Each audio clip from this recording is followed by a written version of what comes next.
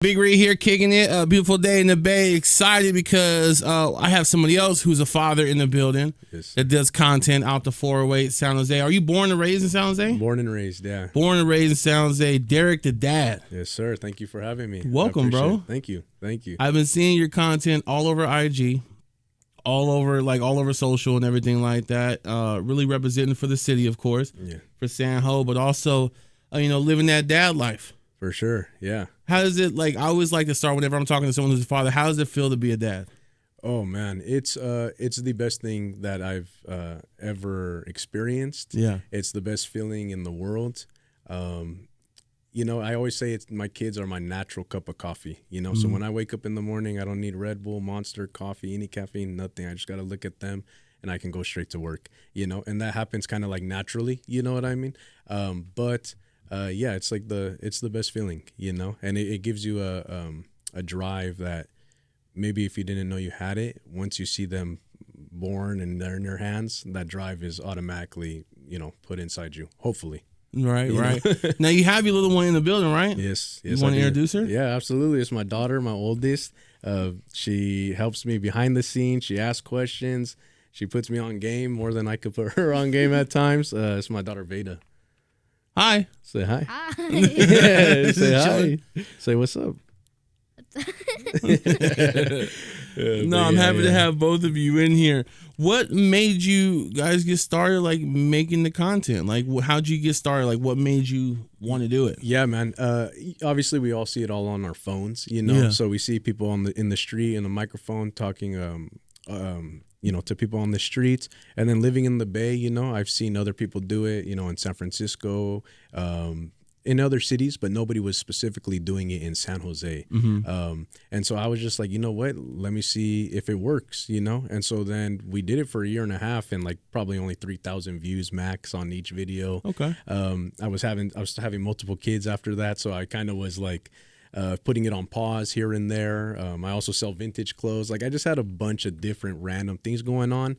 And then, once we dialed it back, my daughter started getting into YouTube more, and all this stuff. And so I was just like, let me just actually try to become this content creator instead of doing all these 8 different things, So once we kind of settled down on that and really got into it, I started working, but I would say it was my daughter really who's the one who pushed it and bottlenecked it into just becoming that content creator. I love that. Yeah. So. What's been your craziest video so far? Oh man, what's your favorite oldie song? That one hit 1 million views in probably less than 24 hours, I think. Wow. Yeah, that was the most viral video I've ever had till this day. It's about to hit 7 million if it hasn't already. And then that's the craziest video we've ever done. And then one of the craziest interviews I got to personally do, and it was out of the blue, was Nickatina. Obviously here in the Bay Area, the guy is a face of. He might be on some people's Mount Rushmore. He might not. No, but for sure. He's up there. You know what I mean?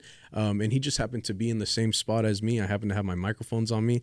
And I just, closed mouth, don't get fed. I asked him, I stopped, asked him if I could interview him. And he's like, let's run it. And you know what? He doesn't do interviews. He doesn't. He's been notoriously known for not wanting to do interviews. Mm-hmm. Yeah. So exactly. The fact that you asked him was bold. Yeah. I had to. And Yeah. and my boy Izzy's here, and I had to call Izzy right after, and I told him, bro, you're not gonna believe who I just interviewed. Bro. Yeah. You're not gonna believe it. And I didn't care if it would have got 1 view that day, 13 views, or whatever. It was I got to sit down with Nickatina, who I personally bought tickets to go to his show countless times, stuff like that. So yeah, those two. What's your favorite oldies song and Nickatina interview? Those are probably my 2 craziest videos. I don't think I've seen Nickatina interview. Yeah, we had it pinned at the top for a minute, but then we took it off down, but it's still on the grid. I'll send it to you. But sure. A lot of the comments in the section is just oh, rare interview. Facts. Doesn't ever happen. And so to me that felt very good because we were kind of talking about earlier, being a content creator, you just got to be original. You know what I mean? You got to figure out those ideas and different things you want to talk about. Exactly, and I tell them too, you have to be the first person to ask this question. You know what I mean? You have to be. It's like a journalism kind of stance to it, So yeah, I get forced into situations where I have to ask the same question a lot because a lot of times I interview artists that are first on the rise in their careers, so early in their careers. And I've done a lot of cool ones that started off as just first times becoming pop stars, which is crazy. So a lot of times when I do those interviews, they usually involve, well, who's your inspiration? Which is such a cliche question. You know what I mean? Yeah. But no, definitely trying to come up with questions and everything like that are hard hitting and at the same time respectful. Then, well, some people like the, the diabolical questions too, right? That's always a good thing. Trade phones. I've avoided those, and that's why my ascent has been a little bit slower. I could talk crazy, but I don't.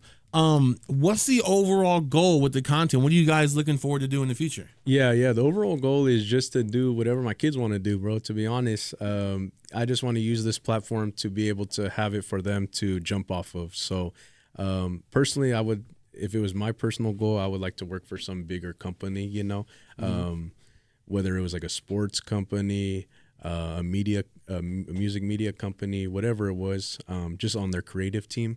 But ultimately, like, as far as the entrepreneur goes, it's just whatever my kids want to do. You know, like I said, she's into the YouTube. She creates like Roblox videos without her face and stuff. So eventually, if she wants to show her face and start making videos like a foodie challenges or whatever, like she can do that, and then I can help her with the 50,000 followers I have currently now. Hopefully, it's double by the time she starts to ramp it up. But yeah, ultimately, bro, it's just to knock down the gates for them to run. You know what I mean? So that's my goal. So I don't know what the end of the goal is. It's just for them to be free and to run and do what they want. Yeah, absolutely. Do you have a favorite video that your dad and you have done in the past? So I don't really have any because I like all of them. Okay, that's a good answer. Yeah, what's one of the last ones we've done? Like, what do you mean? Like, who did we interview last together? At VidCon. Like the besties. Yeah. Okay. So we go to. She introduced a convention to us called VidCon. Yeah, VidCon's a big deal. Yeah. So I had no idea, and so for the last 4 years we've been going, and this year it's kind of been a little bit more intentional. So you get a list who you want to meet and greet with. And so I told her, who do you want to talk to? You can meet them and stuff like that. Anyone can meet them, but who do you want to interview? And so we emailed a few people, and a few of them said no, a few of them said yeah. So lucky enough, she was able to interview some of her favorite YouTubers, and I was right there next to her. So that's awesome. That kind of like ties into the end goal. Like if that's what she wants to do, then that's what she can do. So. But like I said, we went on vacation, but we went on vacations with intentions. We didn't just go on to chill and kick it. You know what I mean? We went with intentions to, to get her feet wet with that kind of stuff, because, I know she kind of has that, in her, but I don't want to force it on her. No, for sure. You want it to be as natural as possible. 100%, just be a kid and stuff like that. So I think those might be some of her favorites, like where she gets to talk to some of the people that she maybe watches on YouTube. Got you. Yeah. That's awesome, man. Like I mentioned earlier before we started the conversation, me and my daughter, we do a lot of stuff together where she just randomly calls me, and it's basically her randomly calling me, asking me for stuff on the air all the time. Yeah. And crashing out over a little brother. So I think it's cool that you have something to connect with your little girl over, you know what I mean? Yeah. Yeah, it's something special, and I don't take it for granted at all. And honestly, like monetization from TikToks and all the other platforms, it doesn't equal to the amount of like when I get to go out there with her and record, or she's recording with me. The first 2 videos that hit 1 million views on my page was recorded by her. Yeah. And so like when I hear people make excuses that they don't have a cameraman, they don't have this, they don't have that, go get your 8-year-old nephew, bro, and go out there. There you go. For real. He can hold the phone for Roblox. He can hold the phone to record, and that's kind of like what I tell her too, And I tell her, whatever you want, you can go and get it. So, but you have to work for it. So when she's able to go out there and record for me, like that's her form of her chores or working. You know what I mean? So love that. Yeah, it's just trying to teach her some sort of discipline as well and some structure. That's awesome. Hell yeah. Let the people know where they can follow you guys at online if they're not already tapped in with the content that you're doing. Yeah, so it's Derrick The Dad, DERRICK, and then The Dad on Instagram, and then the same thing on TikTok, but you just add the number 5. So Derrick The Dad 5 on TikTok.